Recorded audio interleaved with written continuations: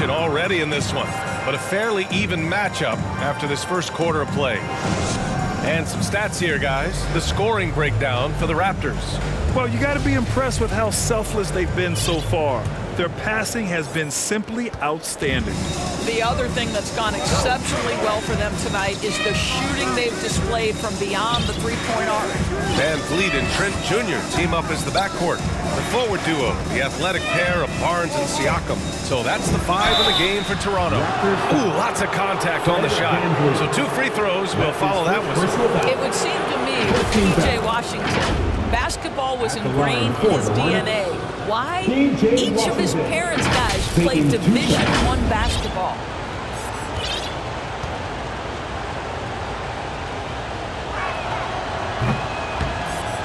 That free throw, no good. All right, Doris, how has it helped P.J. Washington growing up in a basketball family? Well, I think if you have 2 college players, 2 high-level college players, it automatically means you've got 2 high-level coaches who can help develop your skills at a young age. But the other part of this, the mental aspect, such a huge advantage to have people who've been there and done that. Stolen by Siakam. Barnes against Hayward. From outside the arc. That's good from Siakam on the assist by Barnes. Siakam's got 9 points. They just look so overwhelmed inside. That's why they continue to get attacked.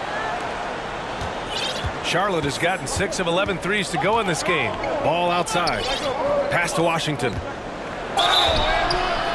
And he was fouled while in the act of shooting, so he'll take 2 free throws. They'll pin that one on Pascal Siakam. And when you're trying to slow down a top scorer, often the game plan is to get physical. Grant, you would know better than anybody. What's it like in the trenches here? Well, BA, it's interesting. I mean, it can wear on you. It's a mental challenge. When you're in the trenches trying to slow down a great offensive player, it really becomes a battle of wills. You have to stay focused. You have to be disciplined. And most importantly, you just cannot take a play off and allow a great player to get going. Rozier, he's checked in for Charlotte. And let's swing it over to the sideline and hear from Allie. Well, guys, Pascal Siakam's play had dipped for a while after he got the big bag. He said, it was like, you got the max contract, but are you the guy? That's something I really struggled with. But there's still another level that I can get to, and I see myself as an all-star, and there's a lot more to unleash. Brian? And just now entering his prime, Allie. Thank you. Now here's Van Vliet. 14 points for him last game against Portland. And you know, guys, the other thing I really appreciated about his effort in that game was the effort and work on the glass. What a well-rounded performance. And this is a pretty even game right now in Toronto. Pass the ball. And he's going for the oop here. Slam dunk by Plumlee. I tell you, the vision is simply special. LaMelo Ball toys with the defense, creates easy opportunities for his teammates. Now here's Siakam. 9 points in the game. Knocks down the long J. And his fantastic performance from the last game has carried over to tonight. And I think that's the one thing every player is searching for. Consistency. They're giving this guy a chance to carry the offense once again. Time called here. The Hornets decide to talk it over. Sometimes it's hard to believe looking at him now, but Pascal Siakam was drafted late in the first round back in 2016.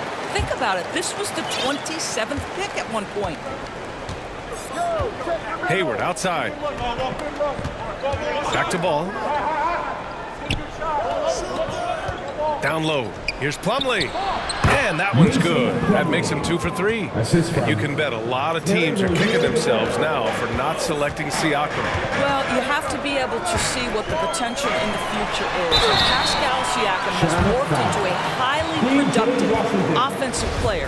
And the key here, guys, is there's still much room for growth. He gets more and more dangerous by the year. And he knocks down the first one. You know, guys, there's one thing that may have hurt the Hornets the past few seasons. A lack of playoff experience among their core players. And of the Hornets' top 5 scorers last season, 3 have never been to the playoffs. And BA, that can be tough when the pressure's on. They've gotten blown out in play-in games each of the last 2 seasons. But with all their talent, they should be in the postseason soon enough. Pass to Trent. Siakam outside. Van Vliet outside. Kicks it out to Siakam. Back to Van Vliet. Out of bounds. It'll go to the Hornets. A chance here to see the Eastern Conference standings. Guys, we've certainly seen some interesting midseason storylines. You take a look at the Raptors. They're way down there in the conference, but still optimistic they can turn it around. And, of course, the Charlotte Hornets, 6.5 games back.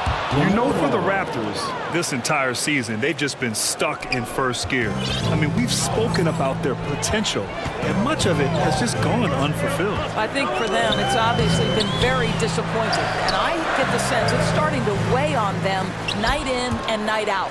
And out of bounds, Charlotte will have it. This pause in the action provides an opportunity to look at the best fast break teams in the league. Toronto in second. And make no mistake, this team loves to get out and run. Whenever they see space to leak out and score fast, they go strong. Pass to Washington. To the inside. Here's Plumlee. Outside for Rozier. Kept alive by Charlotte. Hayward outside. The three ball. Pure from three-point range. Hayward's got 12 points in the game. And what's working here, each guy is willing to make the next pass. Trent from long range. And again, no good by Toronto. On offense, here are the Hornets. They're on a 14-5 run. Ball's doubled. Back to Hayward. Fires the three. It's good. And the assist that time from Ball. Ball's got his 5th assist in this one. Offensively, it's been a struggle for him. Yeah, they need to string together some shots to have any kind of chance. And the basket by Van Vliet. Well, Fred Van Vliet says, I am coming right back at you with a three-pointer of my own. Hayward outside. There's Ball with a three. And it's Toronto with a rebound. Coming off a win against the Blazers.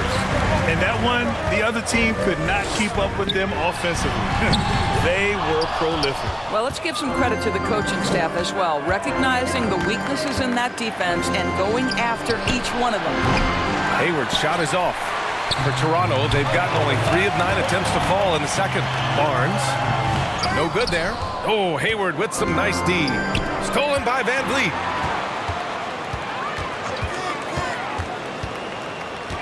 Trent on the wing. From downtown, knocks down the triple. Trent's got his 3rd basket of the night. This guy is so comfortable from beyond the arc. You give Gary Trent Jr. a look from 3 and look out, folks. Here's Rozier. He's coming off a 19-point game against Indiana. Yeah, don't forget how great he was drawing contact and getting himself to the free throw line. Picked up a ton of easy points there. Now here's Hayward. They lead by 1, and Ball gets it to go. They're getting torched on the perimeter. 4 of the last 5 buckets have been threes. The three, and the Raptors another 3. 2 trays now in the second quarter after he hit one in the first. Charlotte has gone 50% from the perimeter in the second, shooting 4 of 8. Rozier against Trent, and the foul is called. He missed it, so he's got a couple of free throws coming his way. When Terry Rozier switched teams from Boston to Charlotte, think about the level of responsibility and the burden change from one team to the other. Now a starter, now all kinds of responsibilities on his shoulders. A line change here for Toronto. McDaniels is checked in for Charlotte. Now here's Anunoby. He's got 10. From the arc. Plumlee pulls down the board. Plumlee's got 6 rebounds now in the game. So, Doris, what differentiates Terry Rozier at his position? His scoring ability, his threat as both a three-point shooter and a dribble drive guy. But the key, BA, to me, and what distinguishes him, you can play him on the ball or you can play him off the ball. So he can play with another great guard and still flourish. Here's Flynn. Back to Achua. Hayward with a steal. Here's the break. Here's Ball. And Ball throws it down. Well, how about Gordon Hayward poking that one away and getting his teammate an easy opportunity? Anunoby against Rozier. Shot to stop the run. Anunoby can't get it to go. Ooh, love the intensity in which they're hitting the boards. And they double up Ball. Pass to McDaniels. He gets it in there. And the Hornets lead by 10. Getting enough shots in close to play inside out. And that streaking rack attack is the Mobile One drive.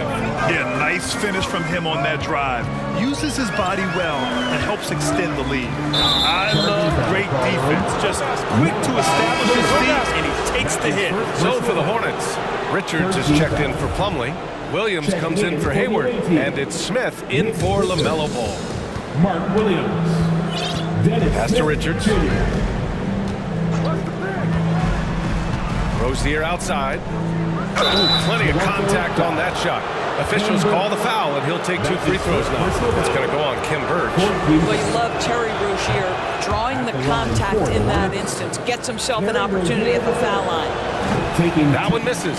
Uncharacteristic trip to the line for him. Just lost his feel on those shots. Yeah, they're playing a much more physical game here in the second quarter. What you see is continued improvement in his ability to create for others. Great to see OG Anunoby make the open read. 35 seconds left in the second quarter. Toronto foul. OG Anunoby. That's his first personal foul. 15 foul. No good on that one. He does a great job of drawing contact and getting himself to the line, something he didn't do in the first period. So neither attempt will fall that time for him. Well, Terry Rozier has more than proven he's very capable of being a starter. Can score it, excellent facilitator, and brings an edge every time he touches the floor.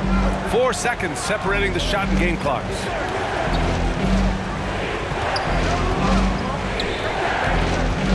For 3, Smith. He buries it from 3. Smith's got his second bucket of the night. We know this. When Dennis Smith Jr. starts to roll offensively, he can rain it down from three-point territory. Here's Anunoby with 4 on the clock. And so he draws the foul, headed to the line to shoot a pair. At the line for your Heady play to Raptors. stop that easy layup right there. I mean, Achua. make him earn it at the line. He misses the free throw.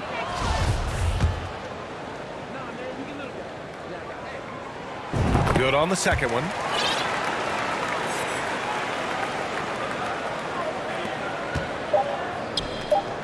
Here's Rozier. And some nice defense there to end the quarter. OG Anunoby is fast off his feet. 7'2" wingspan, says twice on the pipes. And so it's the Charlotte Hornets. Please give a big round of applause. Okay, Allie, appreciate it. And folks, we'll be back after halftime to begin the third quarter. The 2K Sports Halftime Show. Hey everybody, welcome to the 2K Sports Halftime. Gordon Hayward has been all over the floor tonight. He ended up with 15 points, 4 assists, and 1 steal. This has been a bounce-back game for him after some struggles their last time out. Shaq, let's get your take on Charlotte. The three-point shot was their best friend. I agree with the strategy. When it's working, take advantage of it. I don't really like it. Live by the jumper, die by the jumper. They're living and they're living good, baby. Kenny, let's get your thoughts on the Raptors. They really got to turn the intensity up in the second half. You look at their free throw differential between the teams, it's a big gap. They need.